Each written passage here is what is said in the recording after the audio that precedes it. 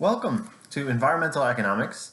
My name is Jacob Bile. I'm going to be your professor, and I'm glad to have you with us in this summer semester. This is a class that is designed to be online, unlike many of the classes that have recently switched from face-to-face, kind of in a crash method. Fortunately here, this is something we knew was going to be online ahead of time, so we've got it set up. And hopefully it is a useful way for you to engage with this material. We'll be talking about environmental economics, economics of natural resources. So I'll start with a little introduction about myself, and then I'll give an overview of what we're going to be talking about during this 4-week summer course. So I grew up on a farm in Michigan, growing fruits and vegetables, mostly asparagus, some tart cherries, peaches, apples. Most of my family is still up in Michigan. Many of them are still farming, so I will often draw examples. Farmer Ben is one of my favorite examples to use. My brother Ben is mostly an apple farmer up in Michigan, so we'll be talking about his apples some as we work our way through materials as an example. I studied economics in undergrad and spent some time in the nonprofit world doing education work. I was fortunate to be able to travel and have quite a few international experiences as part of that. And then I went to graduate school at Vanderbilt where I studied law and economics. So I was in a joint degree program, and I specialized in the law and economics of environmental regulations, and narrowing down even a little more, looking at endangered species regulations and how people respond to either rules trying to protect endangered species or the threat of some kind of regulation to protect endangered species. So that's what my dissertation was about. That's what a lot of my research remains. I've gotten involved in some neat research at Mammoth Cave involving endangered species.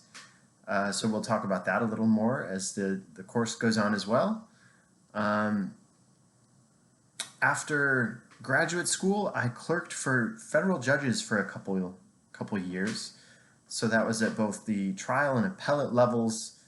That meant I got to work on a bunch of different cases, essentially helping the judges decide cases, write opinions, things like that. Do a lot of research.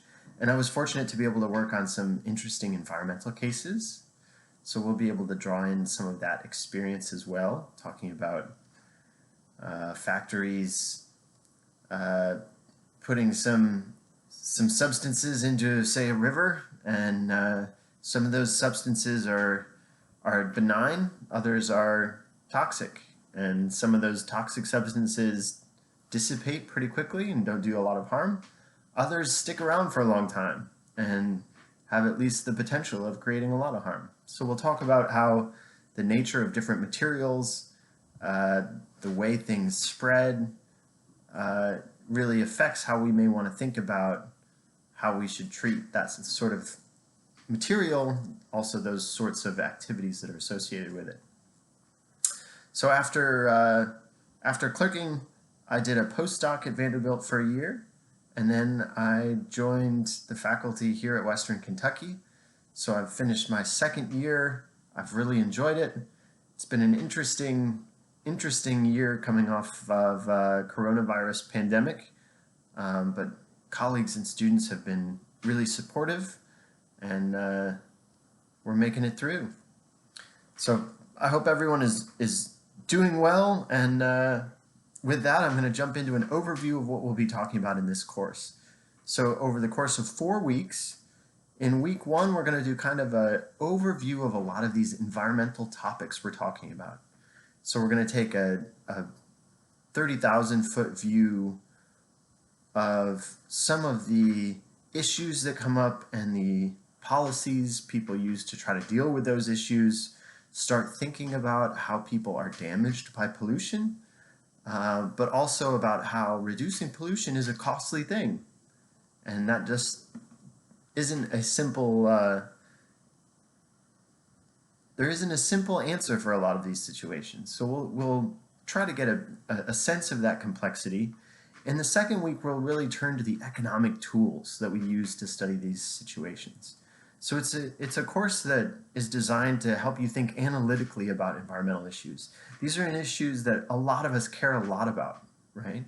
And so whether you're from a farming background and you come at things from a resource use sort of perspective, and you've seen a lot of how conservation matters, but how it also restricts activities, and that might have actual bite for you and your family, that's a great perspective to bring to the class.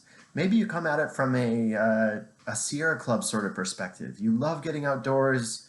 You really don't like the idea of people polluting our pristine nature. That's great. Bring that into the class. These are things that it is great for you to care about. The goal of the class is to take those things that you care a lot about and be able to think about them analytically.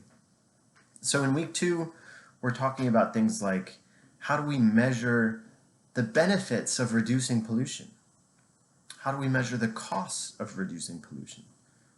How do we compare these things when we're thinking about different alternatives? So in the third week, we're going to get more into policy evaluation. We've got a lot of different ways we can think about these environmental topics. We've got some tools that we can use from economics to think about it formally. How do we kind of weigh the different options that we have of dealing with a lot of these topics? And that leads us into the fourth week, when we're going to take things kind of from a local to a global scale. And so a lot of these topics, they may be a very local sort of issue. Maybe my neighbor is dumping old paint into a pit on the back of his property, and that's right near the property line next to my property, and I'm really worried about the water that I pull from my well that I drink out of. That's a very local issue, right? It's a dispute between neighbors, basically, about some sort of pollution. Now, we could also be talking about water pollution issues that are at more of a community or even a state level. So we could have, the Barron River has releases into it, and maybe it's getting way too much nutrient in the form of phosphorus. Maybe that's causing harmful algal blooms. That's an issue that is not just between a couple neighbors, right? We're talking about a fairly good-sized watershed. And if we're talking about a river system like, say, the Ohio River, now we're talking about not just a couple counties. We're talking about a big chunk of Kentucky, but also neighboring states, Illinois, Indiana, Ohio, right? So we can even take that up to a national level or an international level. We have international compacts. I grew up along the Great Lakes. The Great Lakes Compact is an agreement between the US and Canada about how to deal with water issues that cross the border, because most pollutants really don't care about lines that we've drawn on maps saying where borders are, right? So a lot of these issues can quite easily affect people in different jurisdictions, and so we need to think about how to try to deal with those issues in ways that factor in we have different people involved in these things. So that's an overview of where we're going in this course. So we're starting with kind of big picture stuff. We don't want to get lost in the weeds right away. Week 2, we get into the weeds a little bit more with the economic tools, but hopefully we find those interesting and certainly useful. Week 3, we start to pull in more and more real-world examples about how those tools are being used and how we think about policy evaluation when it comes to dealing with the issues. Week 4, we look at more specific issues going from a local to a global scale. And the whole time, but especially in that 4th week, we'll be pulling in articles, things that are going on, current events, and talking about those in the context of the class. I'm really glad to have you here. Please feel free to reach out with me at any time if I can help with anything. I've got email and phone, and we can set up Zoom meetings. There are lots of options we can do to stay connected. I've got my dog Teddy here. I should quick introduce him because he likes to show up in videos. Teddy, come here.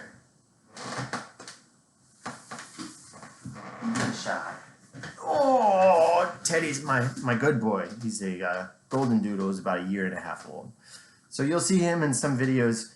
There are a few videos that were made last summer when he was a little guy. But he's a little bit bigger now. Still a good boy though, right? All right. Well, thank you. I'll talk to you all later.